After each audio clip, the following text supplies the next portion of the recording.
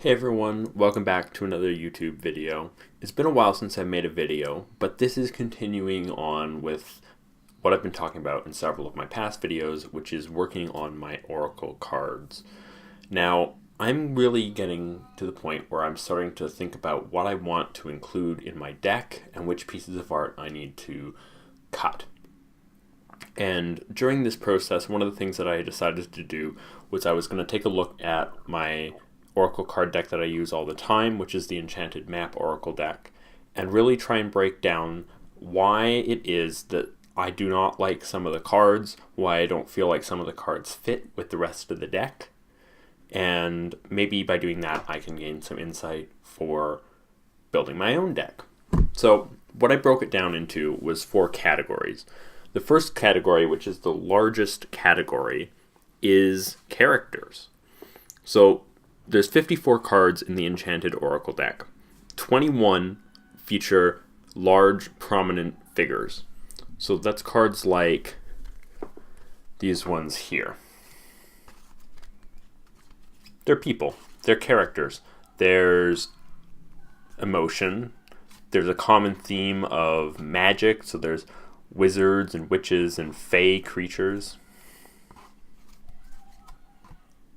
They all sort of fit with a common theme. You hold them up next to each other and you see that they really, for the most part, feel like they belong in the same deck. These are all excellent examples of cards which fit very well aesthetically and thematically with each other. So that's the largest category. The second category is places, and that makes a lot of sense for something called the Enchanted Map. I actually was kind of surprised when I broke it down that it was actually, I thought it was going to be the largest category. It would make sense, but based on using the deck, I knew that there was characters. So this is 16 out of 54 cards, 29%. The other one is 39% of the deck is places. Now, a lot of them have sort of a mystical, surreal sense to them. And with all the cards, there's slight variations in terms of the aesthetic look. So, for instance, these look very different from this one here, which has sort of like this really out-of-place road here. It's very Alice in Wonderland. A few of the cards in here have this very Alice in Wonderland feel, and they really stand out. They kind of don't mesh well with the rest of the cards aesthetically. But thematically they still fit. So for the most part, that's the majority of the deck there, is the characters and the places, the map. And for the most part, they all work very well thematically together. Now, the category where things begin to struggle a little bit is with animals. So I've picked out this one here for the top because this one's a really good example of a card that really works well with the rest of the deck. It's kind of halfway, it's a place and it's an animal. Obviously, we have like a windmill on top of this giant emu. It works. It fits. Same with this card here. This has an animal as a focus, but this really sort of surreal, magical quality about it. Same with this one. This one as well, with the frozen line, very Aslan. This one just feels completely out of place, because this is just a picture of 2 giraffes. So this belongs with some sort of African animal oracle deck. Not so much with this enchanted map where you have these wizards and fae creatures and these enchanted magical places. This is just 2 giraffes. Same with this one. Even though you have this sort of like weird design in the middle, that really isn't anything in the scene. So I still thought that one didn't work so well. This one I like.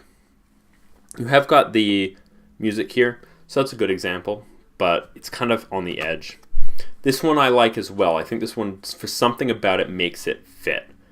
But, again, it is still just an elephant. And really, with this decision, it's very strange. There's a lot of elephants, and there's a lot of giraffes, and not much else. There should have been more variety put into it.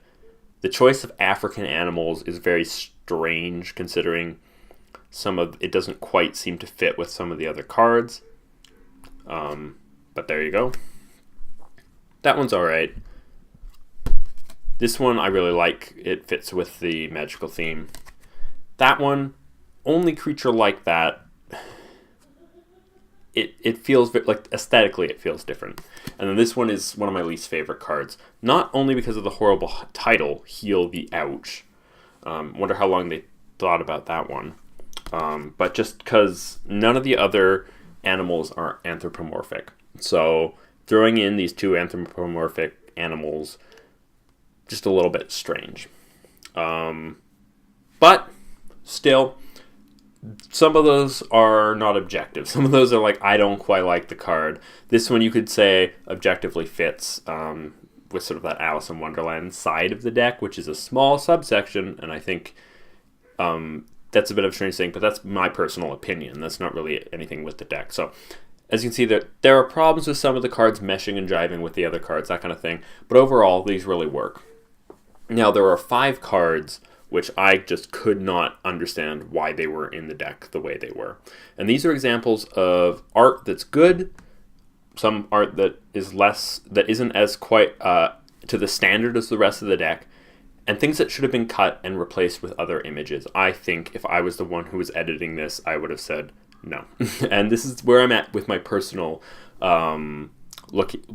journey with making Oracle cards, guys, is that's sort of where I've hit, is that I've got artwork that I really like that just doesn't work with the rest of the deck. So I'm having to cut it from putting it into my deck, not because I don't like the artwork, but because I don't think it quite fits with the rest of the deck. So let me just show you these ones here, and I'll kind of go through why I don't quite like some of these ones. So let's just start with these two here.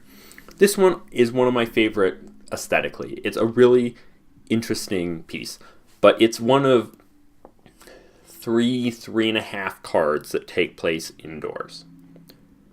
And of those 3.5 cards, 2 of them are in this category of these 5 cards because they do not fit. Everything else is outdoors. So this is just completely indoor scene. It may be beautiful, but it just doesn't fit. It's not a person, it's not a place, and it's not an animal. So it doesn't fit into any of those 3 thematic categories, and it doesn't fit in with them aesthetically. So even though I really like the artwork here, and I think the hamsters are so cute, I don't think it works in the context of the deck as a whole. This one here is an example of artwork that I think should have been cut for quality and for not fitting with any of the themes of the other deck. So I think if you look at this card and then you look at something like one of these cards here, let's just grab a random card here. That card, right, actually that one's really similar. That's a good example here. Both take place in sort of this, in this sky. There's this sort of idea of flight here. All of these little bits here that are flying look like they're photoshopped. Like, it's very clear that they are not a part of the scene. Whereas this here, everything in here looks like it's a part of the picture. Whereas this looks like someone has pasted something on top of it, like stuck stickers on top. Also, only one that has just like a disanimated body part, where it's just hands in this case, just doesn't fit. So I would have cut that one for not fitting well, and just because I think the quality of the artwork isn't up to scratch with the other cards. This one here, I go back and forth on, because I understand why it's in the deck, and I would include this one in the deck actually, but I just wanted to bring it in here because it's different, and I want to show that this one also doesn't fit with any of the cards. Now, this card is a bit like, I think of it a bit of, it's like a Joker, because on the back of all these cards is the compass. Here's the compass. It's the enchanted map. The compass is used for navigation. So it fits thematically. I even think that the art style works well. So this one is sort of a one-off card. It's a special card. So while it's different, I would still include it in the deck. This one you could go back and forth on. This one could be in the character cards. But just because of sort of these faces here, the very abstract kind of kaleidoscopic effect that it has, it just feels a little bit different, a little bit removed. So that one could go either way. That one, I think it does fit with the rest of the deck though, but I just wanted to point out that in terms of fitting with the other cards, there's something slightly different about that one. This one is one of my least favorite cards.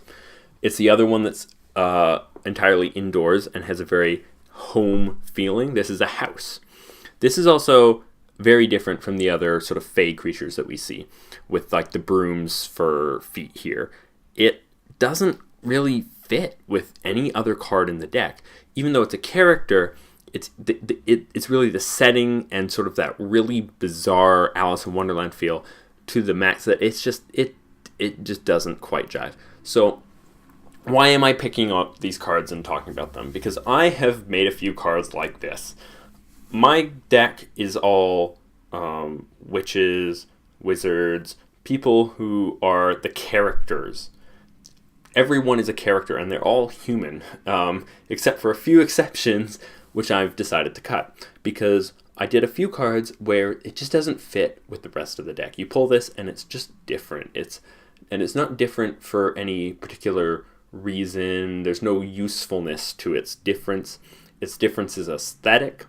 Like, I think any of these cards here, like, these are all good things to have. Coming apart, cleaning house, stupid name, commitment, details, these are all fine. You could have done these in a way that aesthetically fits.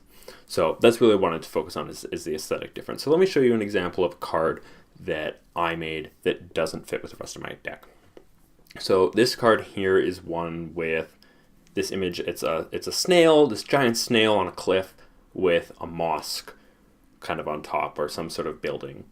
And I really liked this. I was thinking, like, this is where some of these interesting characters that I've created, maybe they live in here. Like, this is fun. I like this piece. I think aesthetically, it's one of my earlier pieces. There are some problems with it aesthetically, but when I'm making this deck for me, so I don't really care that I got a little bit things with, like, it's a little flat. There's some, shading and shadow and lighting and stuff that doesn't quite jive, but I like it. But I'm not going to be putting it in my deck because it would be, so far, the only one like it. And for me to make it worthwhile to start doing places, I would have to do every single card from now on be a place. And I don't want to do that. I really like continuing to work with the characters. So I'm cutting it for that reason. Another example, this card I ended up changing. And this is a card that may not end up in the deck at all. I go back and forth on it. It's one that I'm having trouble with just making it work with the rest of the deck and sort of with the meaning of what I want it to portray. So while I like the artwork in its current state now, this is a little bit of an older version of that card. And I cut it because she's not human. She's not. She's some sort of dryad, and I cut off the lips just kind of on a whim. And it's so obvious, and then when I showed it to people, they were like, why doesn't she have a mouth? And then even when I put bark over it, and I put leaves and stuff, and I tried all these different things, and it just didn't work, because everyone else is human, and then there's this character who is just incidental. She's not a very important character to the mythology of the deck. So that's another example of a card that I'm cutting because I don't want to. I want to have a cohesive not product, but like a cohesive set. I want everything to work. Okay, so just my final thoughts on things like this. When I know that not everyone who watches the videos is going to go out and make their own Oracle deck, although I do advocate that you try. It's a really fun experience. This is just more of some of the housekeeping of that, of editing, and that's really important. There's something to be said, sure, for just throwing it all out there. It doesn't need to all work, say, together, and just making something that works for you. That's really good. Part of that is stuff that I'm trying to work with, where maybe the dimensions, like one looks really 3D, one looks really flat, and being okay with that and that kind of thing. But this is a really helpful thing to do when you're thinking about buying a new deck. If you're able to open up a deck, which I love it when stores allow you to do that, because really you should be able to see what you're buying. A lot of the time, you'll like most of the cards, and you'll like them for a specific reason. You might like the characters. You might like the places. You might like some of the magical ideas. Just aesthetically.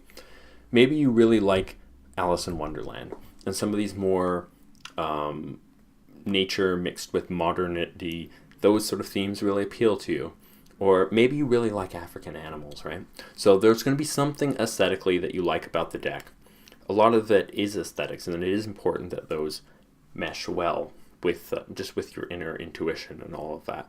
So make some categories. They don't need to be based on the ones that I've done. They can be whatever you want. They could be, oh, there's a lot of green cards and then a few of them are purple and it just looks really weird when you draw the purple card. That's another one that's like, so there's some of these ones here like that have this sort of like parchment green overlay. It's very different from these airy cards. And so someone might really like this look, someone might really like this look, and someone might like one and really hate the other. So just when you're examining them, it helps to break it down to categories to see like, if you're maybe feeling a little bit off about a deck, you're like, why don't I like these cards? We'll look at them and it might just be that they're out of place, that they don't quite fit with the rest of the deck. Now, you can just take those cards out. I've been thinking a lot about taking out some of the cards that I don't like, but on the other hand, the deck is that could skew the deck towards certain things. I'm not really sure. Part of one of the reasons why I want to make my own, just because that way I know that I connect with all the cards. You're never going to find a deck. Well, that's not true. It's hard to find a deck where you like all the cards. Absolutely everyone. They're all perfect. If you do, that's amazing. That's great. That's you've got a really solid tool there.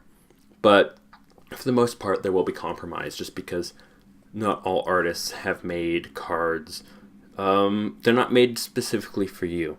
So minimizing that, or it's just sometimes it's useful to look at your deck in another way. Understanding your deck as a whole can be really useful. You need to know what each card means and be in tune with that. But if you kind of understand how the deck functions, you're going a step deeper. You know a little bit more about that. So thank you so much for watching this video, guys. I hope this gave you some ideas. And I'd really like to hear your thoughts on editing and with magical tools and intuition. And maybe whether you think that's a good idea, whether you think that's a bad idea, or just maybe share your experience with Oracle or Tarot cards in terms of cards that stick out in good ways and bad ways. That's a really interesting question. So I will see you guys in the next video. Bye for now.